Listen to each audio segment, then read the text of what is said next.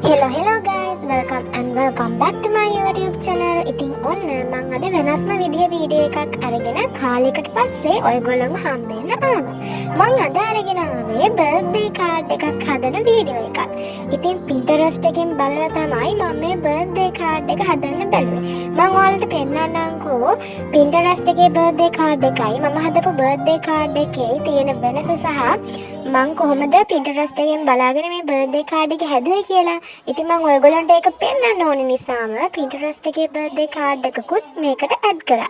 මම ඒක ඔයාලට පෙන්නනවා. දැන් ඔයාලට මේ වම් පැත්තෙන් පේන්නේ මම හදන්න හිතාගෙන ඉන්න බර්ත්ඩේ කාඩ් එක. මම මේ බර්ත්ඩේ කාඩ් එකේ රෝස පාට පැත්තට ගත්තේ මුල් පිටුවනේ.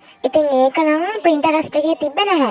ඉතින් මේ බර්ත්ඩේ කාඩ් එකේ වෙනස තමයි මම ওই රෝස පාටෙන් පෙන්නන එක මගේම ideas වලින් හදපු එකක් සහ අන්තිමේදී dashboard එකේත් පොඩි වෙනසක් කරනවා. hearts වගේක් එකතු කරලා. ඒක තමයි මේ බර්ත්ඩේ කාඩ් එකේ තියෙන එකම වෙනස.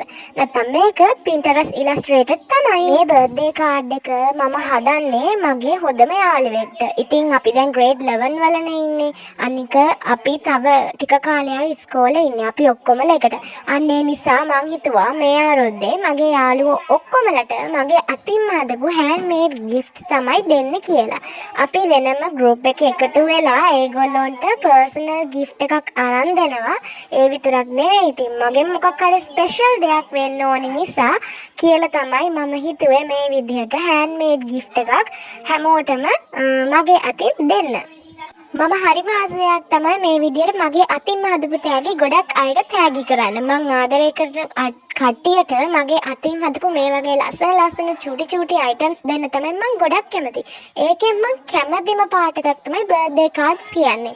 ඇත්තටම කියනවා නම් මං vlog එකක් කරන්න idea එකක් මතක් කර ඉදි තමයි මම මේ birthday card එක හදන වීඩියෝ එක ඔයගොල්ලන්ට අරගෙන එන්න කියලා හිතුවේ. ඉතින් sorry ළමයි මට time management කරගෙන ඔයගොල්ලන්ට videos ගේන්න ගොඩාක් උවමනාවක් තියෙනවා.